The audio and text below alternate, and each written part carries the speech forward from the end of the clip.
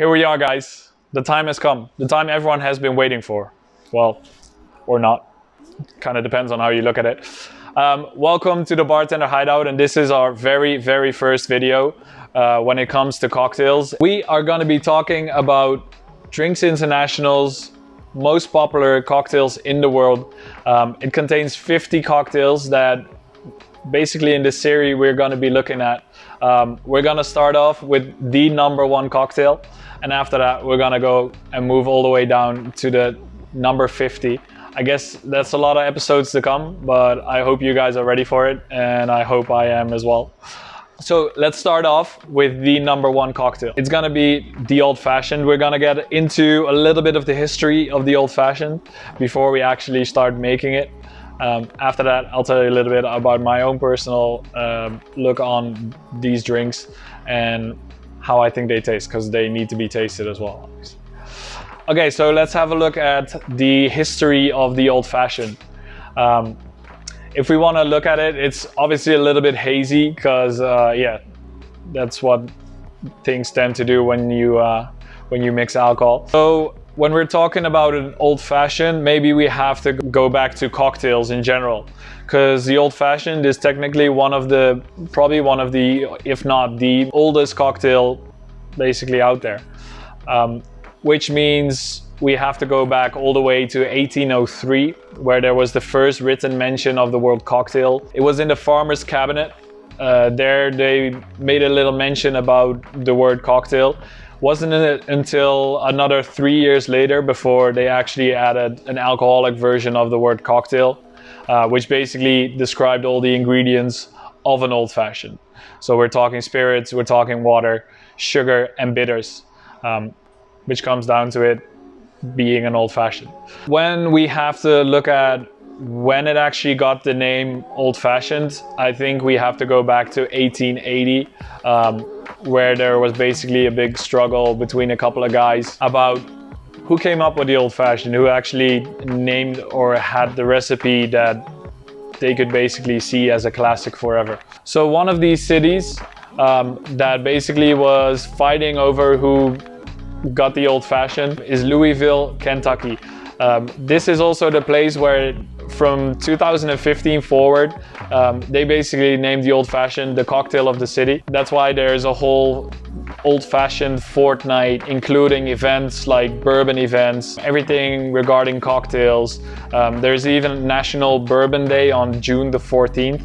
I mean, that's something for dedication, right? Apart from that, like even not looking really at the history, it kind of looks like the Old Fashioned is here to stay. And that's what we love. It's been going strong for 200 years or just about, whoever you want to believe. And as I said, I think it's here to stay and we're going to be seeing a lot of it. There's tons of different variations with muddled fruit and cherries and everything that comes with it. I will be showing you guys my version of an Old Fashioned.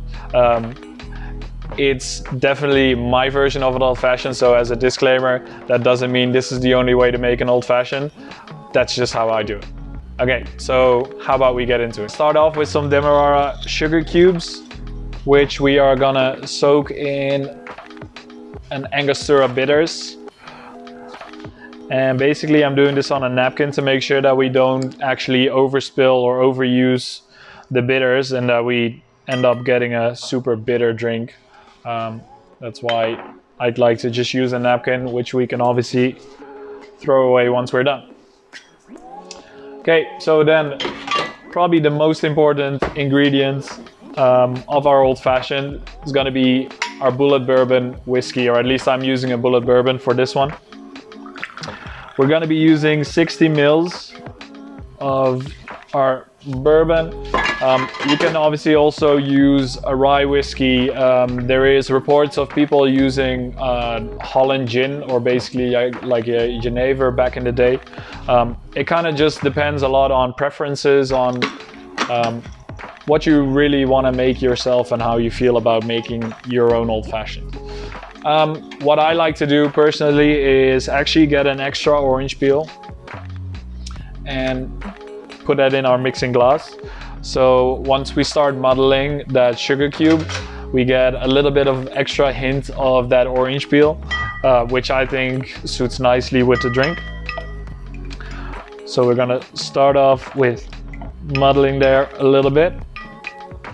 Okay, that's a good start. Then we get to the most important part. Gonna fill it up with ice. Take our bar spoon and then start off with a fluid motion. We wanna start diluting the ice and basically water it down a little bit so that actually once you drink it, that is actually not just alcohol, and it kinda, you wanna find that middle ground where you end up having a really nice and smooth drink instead of having like the bitterness of the whiskey basically coming through. So we're gonna be doing that for a little bit. Make sure to test it in between. Have a little taste, see how you feel. Just keep going if you think it needs a little bit more. There we go.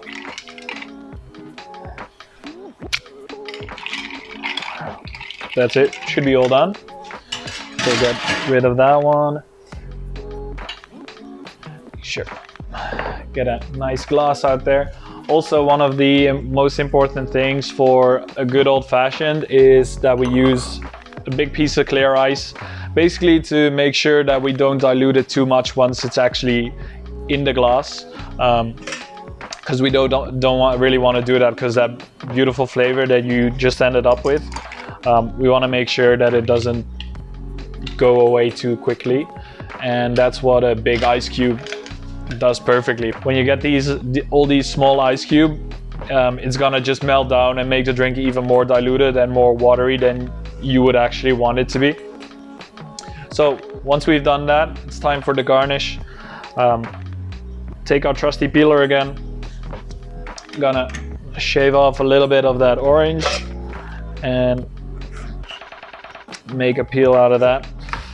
Gonna make sure that we squirt a little out over the drink so we get a nice bit of orange peel and those little orange flavors over there.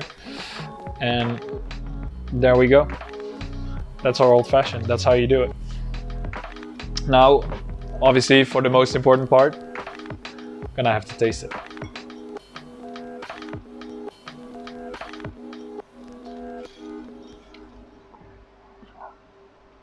Yeah. I mean, personally, I love a good old-fashioned. Like, for me, it's okay if you give it to me with rum, with whiskey, both amazing. I really like the smoothness of this whiskey, and I just like the smoothness of an old-fashioned in general, if you make it the correct way. Yeah, for me, this is what an old-fashioned should be like, what it should look like, and how it should taste. And as I said, I think this is a drink that is here to stay.